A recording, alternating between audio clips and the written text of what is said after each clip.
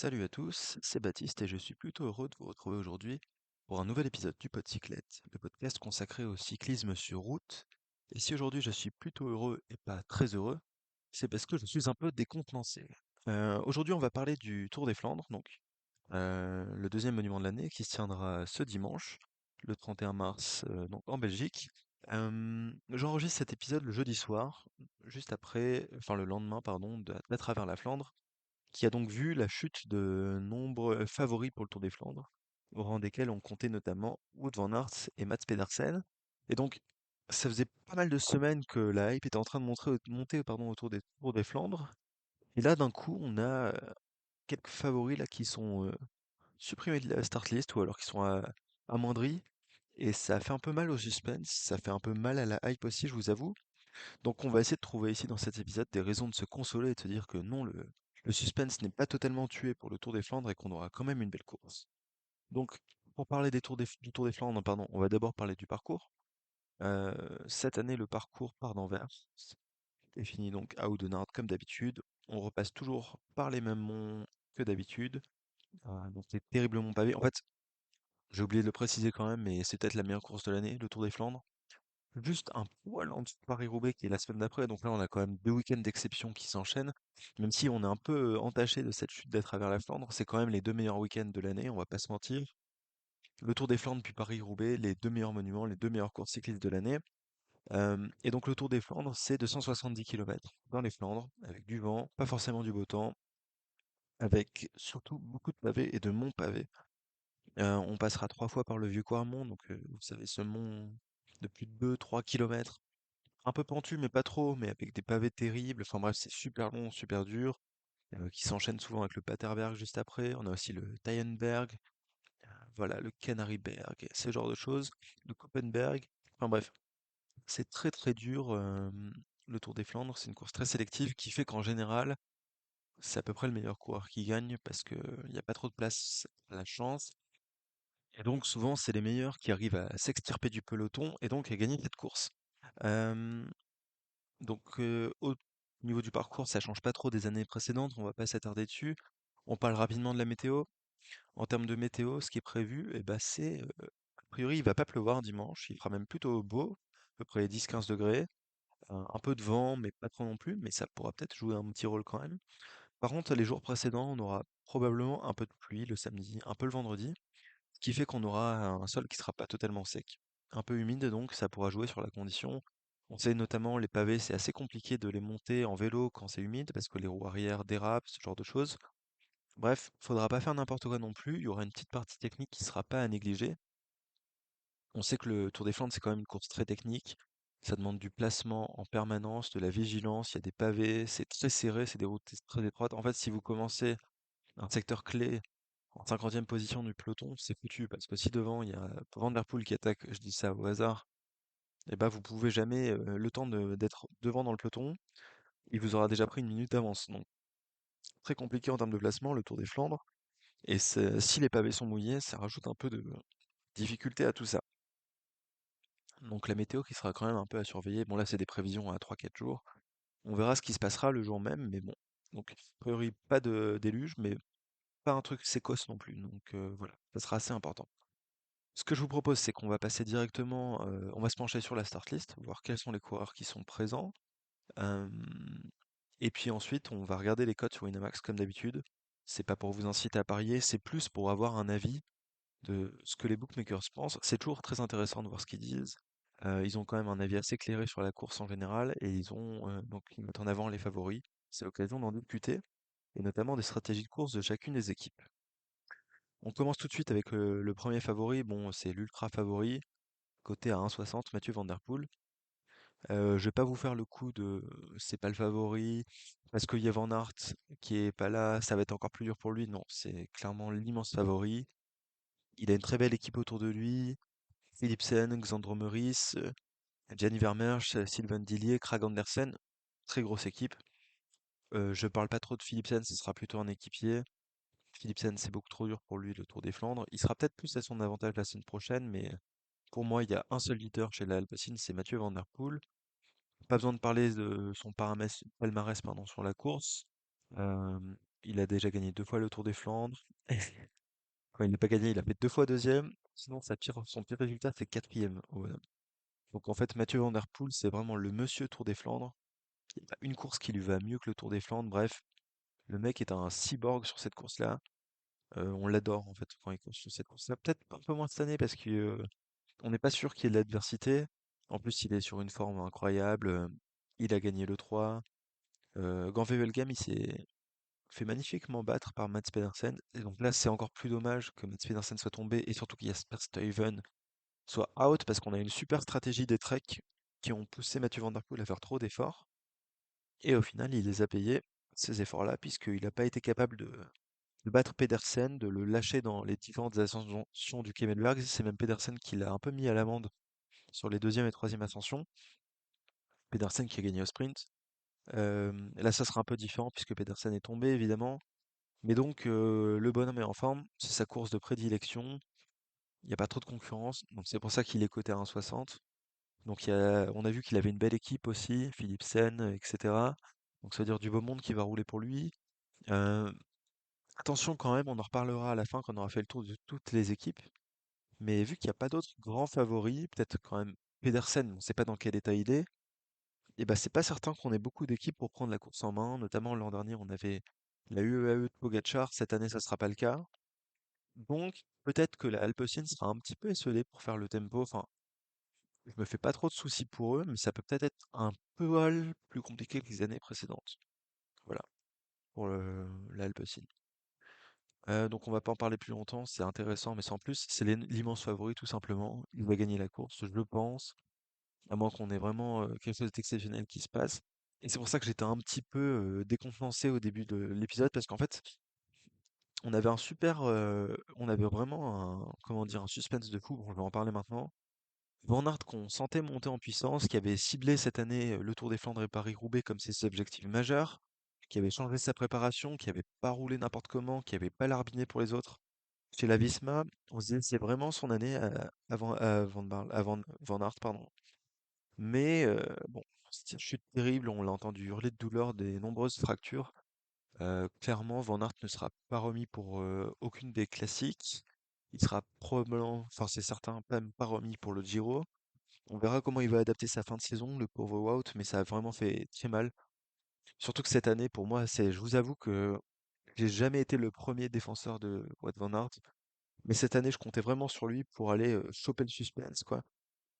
C'était vraiment l'année où il méritait d'enfin inscrire des grands monuments à son palmarès, et ça sera toujours pas cette année. Donc voilà, déçu. Et puis Pedersen, qui a été superbe, notamment avec la course d'équipe de la Lidl Trek sur Grand Wevelgem. On s'est dit, avec une telle équipe Trek, il y a peut-être moyen qu'ils mettent Mathieu Van Der Poel en difficulté. Mais bon, Steven n'est plus là. Et Pedersen, on ne sait pas trop dans quel état il est. Donc Pedersen, on va en parler justement, c'est le deuxième favori selon les bookmakers pour cette course-ci. Il est coté à 8. Donc déjà, on voit que euh, coté à 1,60 Van Der Poel, ça veut dire qu'il a grosso modo 2 chances sur 3 presque de gagner d'après les bookmakers. C'est quand même super impressionnant. Puis après, on a Pedersen qui est coté à 8, donc on n'a plus rien à voir coté à 8. Parce qu'en fait, on ne sait pas dans quel état il est. Il a eu cette chute, il est tombé à une vitesse incroyable. Il a réussi à rallier l'arrivée pardon, d'à travers la Flandre en vélo, donc ça va. A priori, c'est que des blessures superficielles. Mais bon, il va mal dormir ces nuits-là. Il a probablement des douleurs. Il sera pas à 100% Mats Pedersen. Déjà qu'on avait un peu du mal à le voir gagner à 100% parce que Mats Pedersen, il a participé à plusieurs reprises au Tour des Flandres. D'ailleurs, si on regarde son palmarès sur la course, c'est très loin d'être honteux. Parce qu'il a déjà fait deuxième en 2018 pour sa première participation et puis troisième l'an dernier. On se souvient l'an dernier, il y avait eu une anticipation d'un groupe de costauds avec Kung, euh, avec Pedersen, etc., Garcia Cortina, je pense, ce genre de coureur, Matteo Trentin. Et puis le meilleur d'entre eux, c'était Mats Pedersen et il avait fini troisième, parce qu'il n'était pas aussi fort que les deux premiers. Il avait battu quand même Van Aert au sprint. Là, cette année, franchement, ça va être difficile. Je pense qu'il se ressentira trop de ses douleurs. Ça risque de l'handicaper. Mats Pedersen, bon, il fait un début de saison incroyable, donc c'est vraiment dommage. Il a quand même une belle équipe, même si elle est un peu. Il y a Alex Kirch qui n'est pas là et surtout Jasper Stuyven. On a quand même Tim de Klerk, Dan Houle, Tom Skynes, Otto Vergaard, Edward Tuns. et puis aussi Jonathan Milan. Je pense que les deux lieutenants, ça sera Tom Skynes et puis Jonathan Milan. Alors Milan, je ne comprends pas. Il a semblé très fort, mais mal gérer son effort dans qu'en Wevelgem, qu'il a quand même fini cinquième. Mais il a fait une super course d'équipe. À travers la Flandre, il a couru à contre-temps. Il était toujours en retard et il fait quand même septième. C'était le seul mec du groupe débattu qui a réussi un peu à s'en extraire. Je pense que c'est trop dur pour lui le Tour des Flandres, mais ça sera un bon équipier. Et puis ça peut être un petit leurre quand même. Si on l'envoie devant, ça peut être un leurre. Bon, Jonathan Milan, il a jamais fini. Il a participé en 2021. Il a jamais fini le Tour des Flandres. Pas trop de rêve. Et puis il y a Tom Skynes. Tom Skynes, on l'avait vu très en forme sur les Strade Bianche et sur l'Omloop, Etniusblad. On l'a un peu moins vu sur l'E3 et à travers la Flandre, mais je pense que là, c'est un profil qui lui convient un peu mieux. Le problème, c'est qu'il a jamais eu de bons résultats sur le Tour des Flandres. Donc, un lieutenant probablement, mais je pense qu'il y aura quand même un seul leader, ça sera Mats Pedersen. C'est dommage, vraiment très dommage qu'on n'ait pas Jasper Stuyven qui était en très grande forme en ces temps-ci. Mais donc, la stratégie de la Lidl Trek, bah, je pense que ils vont pas prendre la course en main. On aurait pu s'y attendre au vu de ce qu'ils ont fait sur les courses précédentes, mais là, vu qu'ils sont décimés, qu'on ne connaît pas l'état de forme de Mats Pedersen, ils ont plutôt intérêt, je pense, à se montrer discrets. Et donc on voit que le Tom Skujins est coté à 40 et Jonathan Milan à 75. Peut-être qu'ils vont en envoyer un éclaireur à 100 bornes de l'arrivée, je sais pas, parce que je pense que Van Der Poel va quand même attaquer tôt, parce qu'il sait qu'en s'isolant le plus tôt possible avec les meilleurs, c'est là où il a le moins de chances de se faire coincer. Donc faut vraiment envoyer Skujins ou Milan à l'avant à 100 bornes de l'arrivée, quasiment, pardon. Donc on verra comment ça va se passer pour la Trek, mais pour moi, ils avancent à carte masquée parce qu'on connaît pas du tout l'état de forme de Mats Pedersen. C'est la seule inconnue. Les bookmakers sont le côté à 8, ils auraient très bien pu le côté à 4 ou à 25 parce qu'on connaît pas son état de forme. Peut-être que ça va s'affiner dans les jours qui vont venir, on va avoir des nouvelles, etc. Voilà. Donc, immense inconnu, Mats Pedersen. Moi, j'espère vraiment qu'il sera en super forme, mais j'y crois pas trop, dans le sens où il va forcément se ressentir de ses blessures. Peut-être un top 10, un top 5, je sais pas, mais on verra. En tout cas, très curieux de voir quel sera l'état de forme de Mats Pedersen. Une autre équipe décimée, c'est la Visma League The Bike. Alors eux, là j'ai la start list qui est pour l'instant préliminaire. Ça peut changer. Tout ce qu'on sait, la seule chose qui est sûre, c'est que Matteo Jorgensen sera à peu près le leader. Jorgensen, il est super en forme, il est coté à 8 sur Winamax, c'est le troisième favori. Il a gagné Paris-Nice, il a gagné à travers la Flandre, il a fait cinquième de l'E3. Bref, le mec est super chaud. Sur le Tour des Flandres, c'est pas n'importe qui non plus, il fait neuvième l'an dernier. En étant sorti avec le groupe des costauds justement, qui était sorti à 100 bornes de l'arrivée, là, avec Kung et Pedersen. Ensuite, autour de lui, on annonce pour l'instant Affini, Benoît. Benoît, je suis d'accord. Les 2 Van Dijk, donc Tim et Mick. Et puis pour l'instant, on dit Tratnik et Van Barle. Là, c'est la grande inconnue parce que Tratnik et Van Barle sont malades. Voilà. Tratnik, il a pas fini Grand Wevelgem, il a pas fini à travers la Flandre, le mec est pas en forme. Van Barle, il a pas couru depuis le 3. On le dit qu'il est malade aussi. Il avait lâché très très tôt dans le 3, Dylan Van Barle. C'est dommage parce qu'en fait, c'est des coureurs incroyables. On n'a pas non plus Christophe Laporte, qui est malade lui aussi. Donc Van Aert qui est out pour plusieurs mois. Bref, on avait une super équipe et on se retrouve avec une équipe un peu B. Mais moi, je pense qu'il faut clairement pas sous-estimer Matteo Jorgensen, qui s'est monté très fort qui s'est montré très fort, pardon, à travers la Flandre.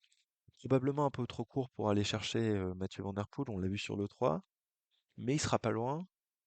Il faudra voir quelle tactique va être employée parce que tactiquement, c'est peut-être le seul moyen où on peut piéger Mathieu Van Der Poel. Là, le problème, c'est que on peut peut-être lancer Benoît. Benoît qu'on a vu assez fort à travers la Flandre, mais bon, dans le top 5-10 des mecs les plus forts, peut-être, mais pas au niveau de Van Der Poel, clairement, tandis que Jorgensen, il s'en approche peut-être un petit peu. C'est pour ça il est coté à 8, l'ami Matteo Jorgensen. Là, sur Winamax, on a Van Barle qui est coté à 25.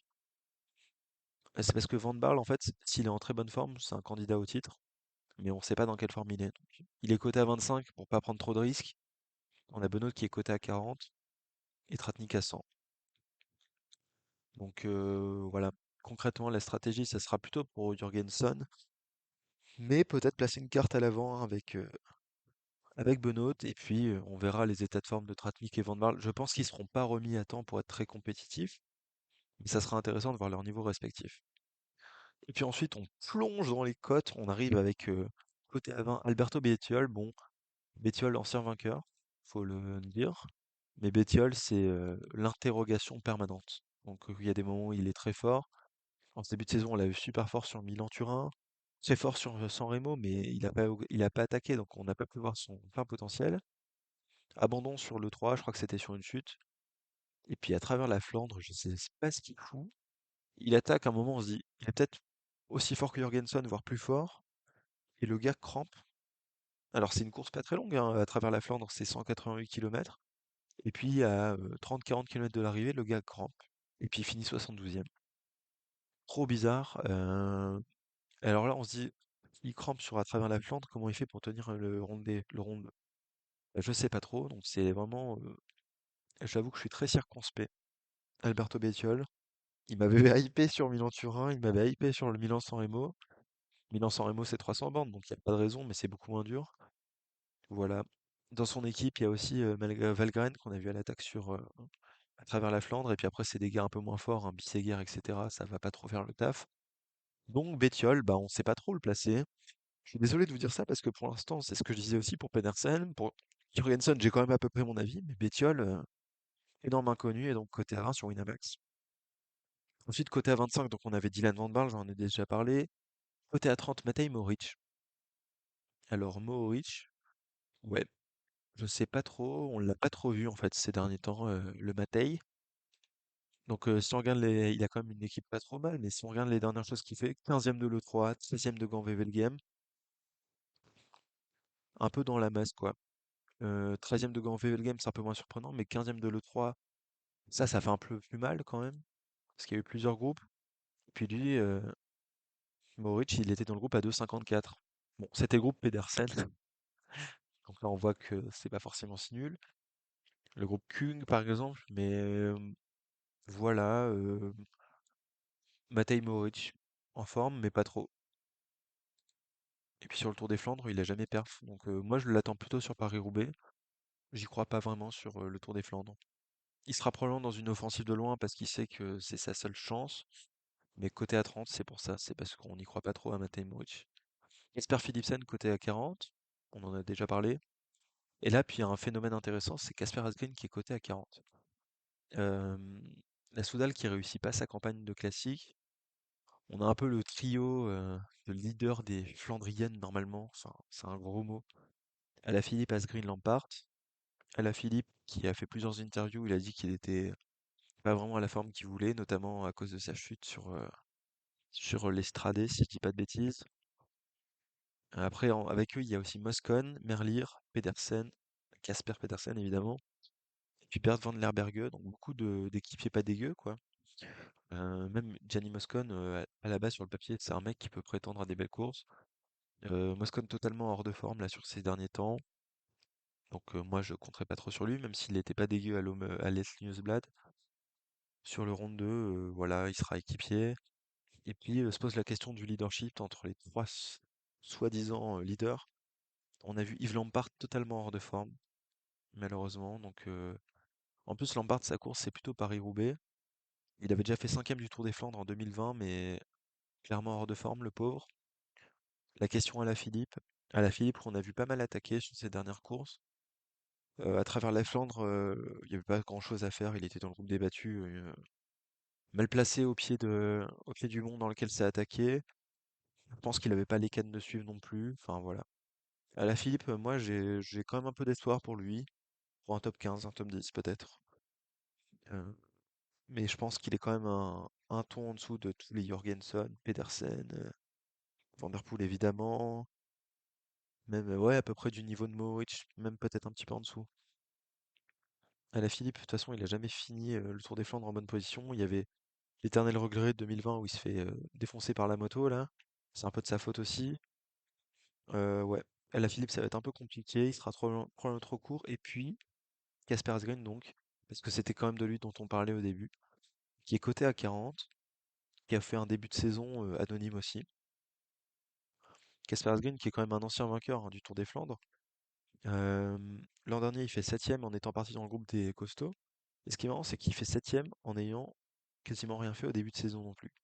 Donc en fait, le début de saison de Casper Asgreen, c'est pas forcément un gage de bonne ou de mauvaise perf sur le Tour des Flandres, et moi je l'attends même plutôt bon en fait, finalement, Casper. Si on regarde ses dernières participations sur le Tour des Flandres, bon, 23e en 2022, c'était pas terrible, mais sa première participation en 2019, il fait deuxième, donc un peu à la manière d'un Pedersen. Il gagne en 2021, super solide. Et en 2023, on l'attend pas. Il part dans le groupe des costauds qui part un peu en avance. Il se fait rattraper, il fait une solide septième place. C'est clairement pour moi la carte maîtresse de la de Koenig Quick Step. Je pense même qu'on peut attendre de lui un top 10, voire peut-être un top 5. Moi, franchement, Casper Green, c'est un peu le genre de coureur qui va me ré-hyper là-dessus en me disant, on l'attend pas et il peut vraiment nous surprendre de manière positive. Donc c'est pour ça qu'il est coté à 40. Et donc, si je devais parler de l'articulation de la Deceuninck Quick-Step, je pense on aura les chances égales pour Alaphilippe et Asgreen. Les deux auront carte blanche. Je pense que Asgreen est le mieux placé pour performer, même si évidemment on est français, on aimerait bien que Julien fasse un truc. Moi, je pense que les deux vont faire top 15. Plutôt Asgreen mieux placé que Julien, voilà. Et puis Asgreen, on est capable d'un petit coup de folie et de le voir sur le podium ou jouer la gagne, quoi. Enfin, évidemment, je le mets pas au même niveau que Pedersen, Van Der Poel et Jorgensen, mais pour moi, j'ai même peut-être plus confiance en lui qu'en un Bettiol ou un Mohoric, vous voyez. Donc c'est assez intéressant. Côté à 40, on a aussi Stefan Kung. Pourquoi il est coté à 40? Tout simplement parce qu'il a fait très grosse pression sur à travers la Flandre. Toujours une belle équipe pour la Groupama FDJ. Euh, Lewis Hasky, très bon équipier. Bistrom, Le Gac, Lienard, des bons équipiers. Et puis le trident offensif qui sera Stefan Kung, dont on en a parlé. Le Frenchie Valentin Madouas. Et puis la révélation de l'année, Laurens Pitty. Donc Stefan Kung, on en avait déjà parlé sur les courses précédentes.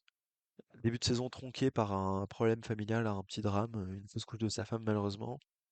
Et puis là, on le voyait pas trop. Et sur à travers la Flandre, le mec est quasiment au niveau d'Jurgensen. Après, le problème, c'est que ça monte un petit peu plus sur le Tour des Flandres et qu'il est pas très à l'aise quand ça monte trop, le Stefan Kung. Son meilleur résultat, c'est quand même sixième en 2023, cinquième en 2022, donc c'est l'année où Madouas fait 3. On se souvient, il revient de derrière, etc. Donc moi, je pense Stefan Kung, c'est une assurance d'être dans le top 10 quasiment. De là à jouer la gagne avec les meilleurs, il faudra qu'il anticipe, clairement. Et qu'il anticipe peut-être avec Laurens Pitty, parce que Laurens Pitty, super révélation, sur Gand-Wevelgem, il a fait une course incroyable. En fait, il est à 10 secondes de tenir dans le troisième Kemmelberg avec les deux monstres et de jouer la gagne avec eux, très clairement. Mais bon, après, il s'est fait lessiver, repris par le peloton, il a pas trop sprinté, bref. Ça sera probablement trop dur pour lui parce que il est jeune, il a 21 ans, il va être trop tendre pour le Tour des Flandres. C'est quand même une course très longue, très usante, il n'y a jamais participé. À travers la Flandre, il a pas fini parce que problème mécanique au mauvais moment. Bref, toujours largué. Course-poursuite de 20 km à peu près pour revenir dans les voitures. Bon, c'était fini pour lui, quoi. Malheureusement, la course s'est lancée sans lui, donc il a abandonné. Et je pense que ça peut être un acteur sur le Tour des Flandres, un peu à la manière d'un Jonathan Milan, en fait. Donc, je pense pas qu'il va faire un bon résultat final. En revanche, je pense qu'il va animer la course. Et puis pour moi, le leader de la Groupama, ça doit quand même être Valentin Madouas. Parce que Valentin Madouas, c'est peut-être son année sur le Tour des Flandres, tout simplement. Madouas, donc on se souvient que sur le Tour des Flandres, c'est toujours des beaux résultats. Enfin, toujours sauf l'année dernière où il a abandonné parce qu'il était malade. Mais donc la troisième place en 2022, où il était vraiment pas très loin d'accrocher les meilleurs dans le dernier passage du Vieux Quarmont. Madouas, c'est vraiment une course qui lui convient. J'ai vu des interviews, il dit qu'il est pas trop mal sur ses objectifs et qu'il pense que c'est peut-être cette année pour la gagne sur le Tour des Flandres. Et ça, c'était des interviews avant la chute de Van Aert, etc. Il n'y a pas Pogačar. Franchement, si on a une course où Mathieu Van Der Poel se fait piéger, et bah très clairement, Madouas est peut-être en position de faire une super place. Voilà. On l'a vu en début de saison, il était pas ouf, vraiment. Là, il s'est un peu rassuré, pardon, sur à travers la Flandre. Il était pas dans le bon groupe parce qu'il était mal placé. Il a essayé de sortir en contre, mais en fait, il s'est vite résigné parce qu'il y a personne qui le suivait.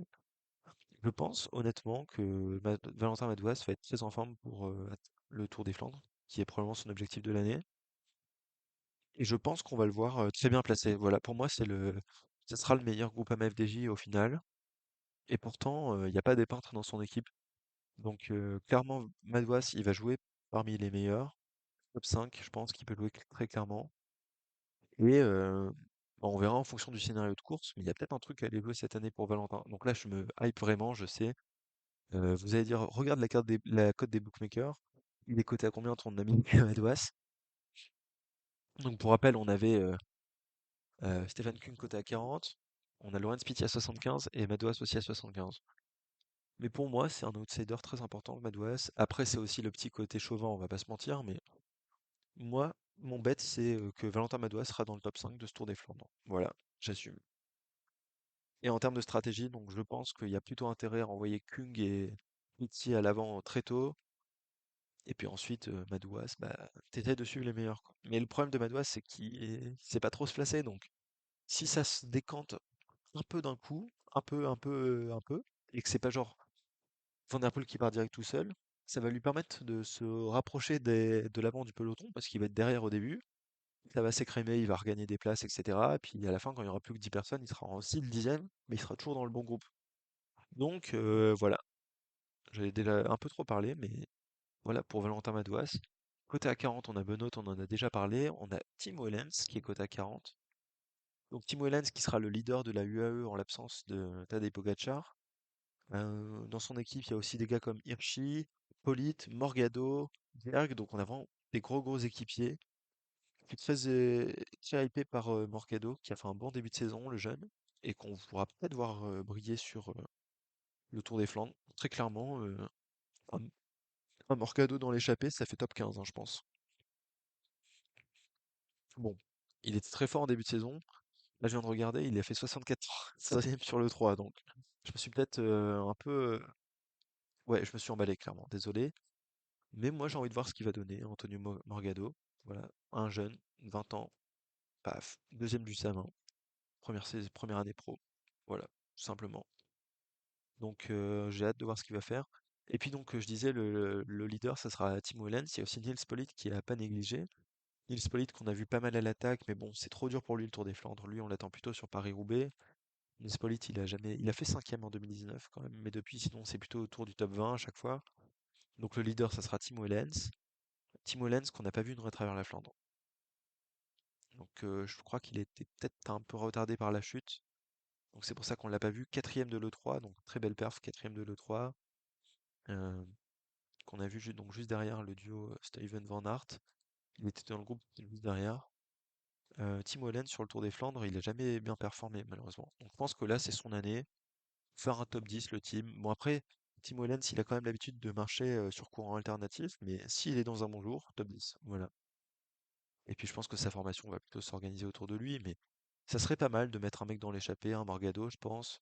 Et puis après, on a toujours des Bjerg, Covey, Hirschi qui seront pas trop loin si jamais on a un problème mécanique. Voilà, c'est pas trop mal.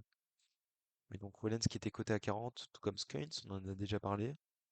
Et ensuite, on va parler, pour finir, de Oyer Lascano qui est coté à 60. Donc Oyer Lascano, euh, le leader de la Movistar, très bon Flandrien. Je le vois peut-être plutôt sur Paris-Roubaix. Il a gagné la Classica Cayenne Interior, troisième de Kurn, Bruxelles-Kurn. Il était dans le bon coup pour l'E3. À travers la Flandre, il n'était pas là. Bon, soit il n'était pas en forme ce jour-là, ou je sais pas trop. Il a jamais fait le Tour des Flandres. Enfin, il l'a fait une fois, il a pas fini. On l'attendra peut-être plutôt sur Paris-Roubaix, mais moi, franchement, j'ai hâte de voir ce qu'il va faire. Parce que c'est vraiment un coureur enthousiasmant, pardon, Oyer Lascano. Donc, le coup de l'année dernière où Jorgensen était sorti assez tôt pour la Movistar, bah pourquoi pas la même chose pour l'ami Oyer Lascano cette année. Voilà. Sinon, après les autres favoris sont cotés à des cotes très importantes. On a quand même Michael Matthews qui est coté à 100. Ça m'étonne un peu, moi je le verrais coté plus bas.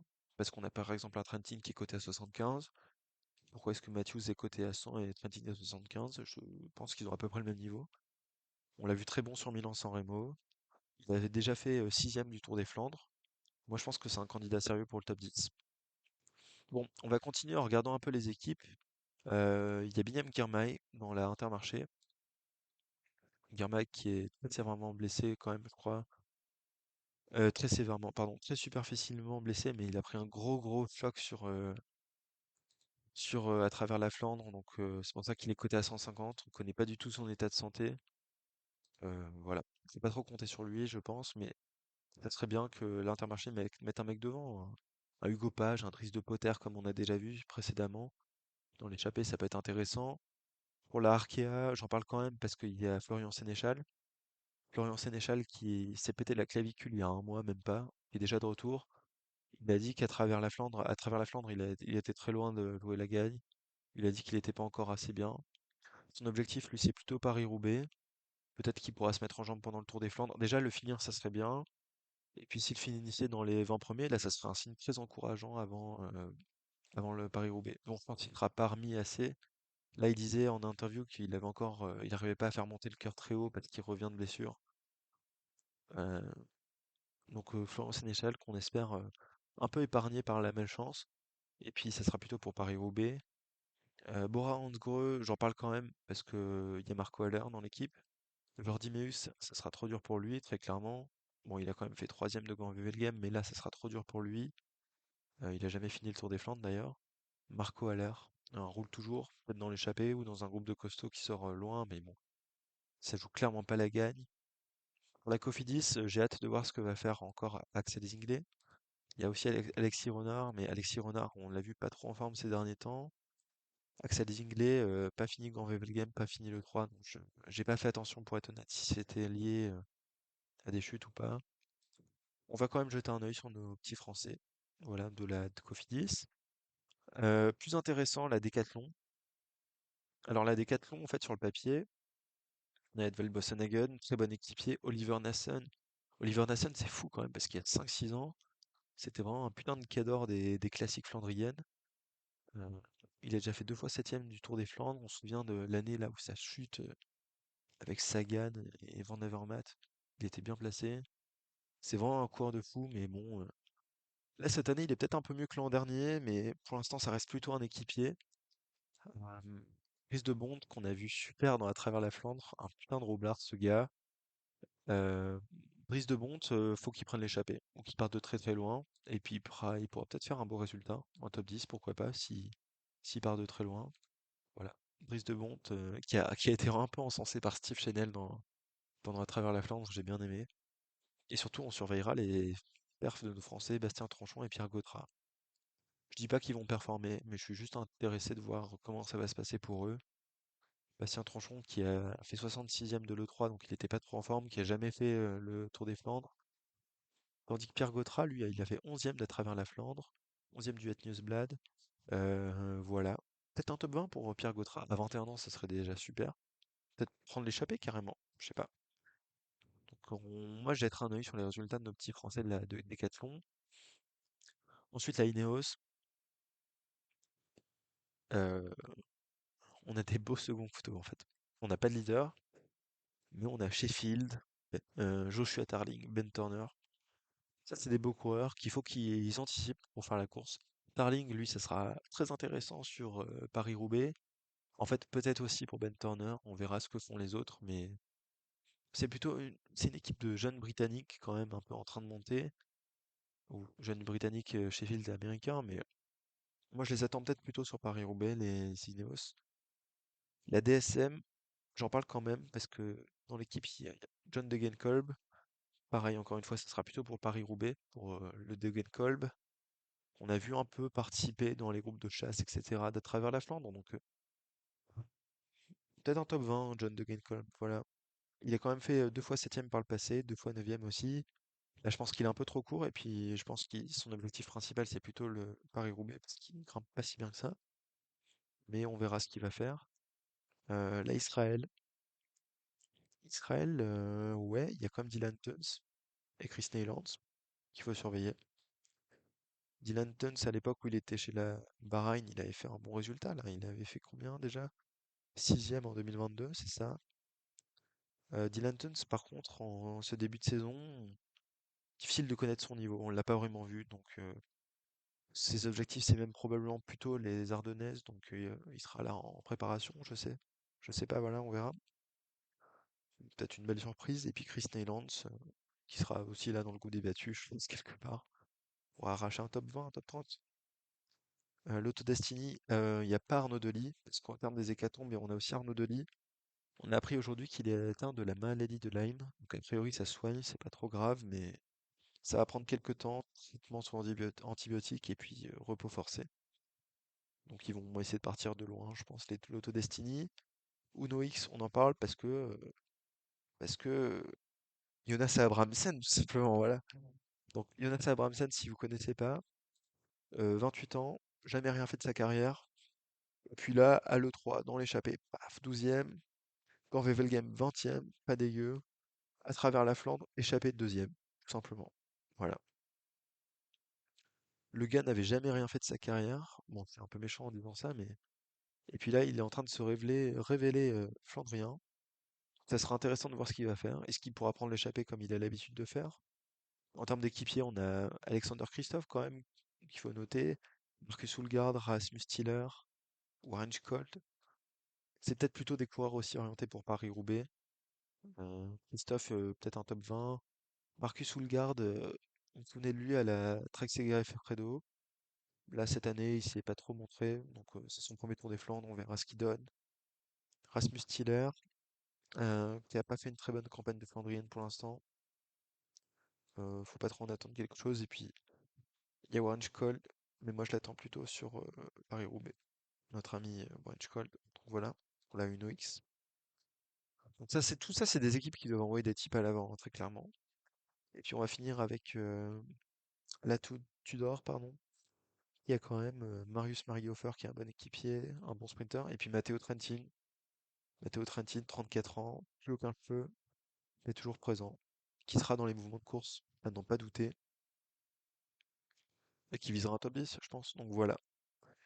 Si on devait résumer, en termes de stratégie de course, bah, tout va reposer autour de la Alpecin en fait, parce que je pense qu'ils vont être pas mal attaqués. En fait, c'est ce qui est un peu vrai quand les gens disent ça sera peut-être plus dur pour Van Der Poel maintenant qu'il n'y a plus Van Aert, dans le sens où la Visma peut un peu lui faire à l'envers.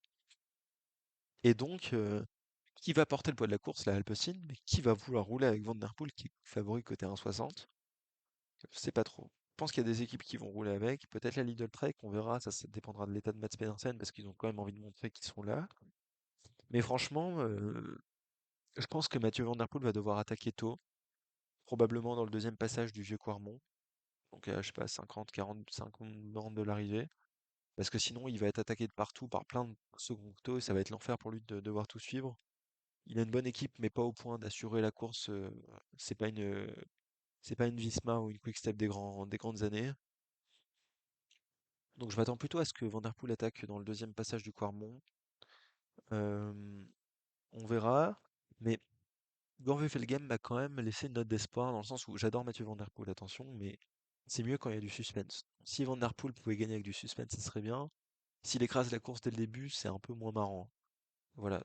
Mais là, je pense que en fonction de la physionomie de la course, on peut peut-être voir plusieurs équipes se désintéresser de la chasse de l'échappée, laisser un peu les Alpecin et puis lancer des attaques avec des mecs. Tu sais pas trop si tu dois suivre. Enfin, et à la Philippe, par exemple, est-ce que Van Der Poel doit suivre à la Philippe? Bah, je pense pas en fait. Donc, on a peut-être des gars qui vont pouvoir, des seconds couteaux, des outsiders, qui vont pouvoir tirer un peu leur épingle du jeu. Et puis quand Van Der Poel va attaquer, je pense que là, les gros leaders vont devoir rester dans sa roue, focus tout le temps, et puis tenir le plus longtemps possible, tout simplement, jusqu'à l'arrivée si possible, ou alors jusqu'à ce qu'il soit débordé par le nombre, même si je pense quand même qu'il va réussir à s'isoler assez facilement, mais des gars comme Jorgensen, Pedersen, ça dépendra de son état, Bettiol, ça c'est des gars qui doivent suivre à la roue Mathieu Van Der Poel et plus le lâcher. Et pareil pour Madouas, parce que on va parler vite fait des Français pour finir. Euh, Alaphilippe pour un top 10, avec un peu de chance. Moi j'ai hâte de voir s'il sera capable de bien courir. Là il a été un peu épargné par les chutes récemment. Euh, c'est assez difficile s'il court pas n'importe comment, parce qu'il y a certaines courses où on l'a vu attaquer n'importe comment. euh, il peut faire une belle course et peut-être faire un top 10. Pour la Cofidis, donc j'avais dit, on reviendra le résultat à la fin d'Axel Ziegler et Alexis Renard, parce que je pense pas qu'on les verra beaucoup à l'écran, mais c'est intéressant de suivre la progression de nos Français. En te parlant de progression, il y a ceux de la G2R qu'on va suivre évidemment. Pierre Gautrat, Bastien Tronchon. Ils sont trop tendres pour le Tour des Flandres pour l'instant, mais leur progression sera intéressante à noter. Et puis surtout, Valentin Madouas, hein, tout simplement. Valentin Madouas, en qui j'ai d'assez grosses attentes cette année. Et donc je le dis, c'est peut-être l'année pour Madouas pour gagner le Tour des Flandres. Alors oui, on a un Van Der Poel qui est coté à 1,60 qui est intouchable. Mais si jamais, pour une raison X ou Y, il y a des mouvements de course qui se font et la Alpecin n'a plus la main sur la route, ou tout simplement il peut crever, Van Der Poel, je sais pas, il peut lui arriver des trucs. Il arrive des trucs à Van Der Poel, à Van Aert, pourquoi est-ce que pas à Van Der Poel? Je lui souhaite rien, hein, vraiment. J'adore Mathieu, mais si jamais il se passe un truc et que Van Der Poel n'est plus vraiment dans la course, et ben je pense que c'est l'année pour Valentin Madouas. Voilà, c'était le petit prono un peu fou. J'espère que vous allez kiffer ce Tour des Flandres, et je vous dis à bientôt, probablement dans une semaine pour Paris-Roubaix. Salut!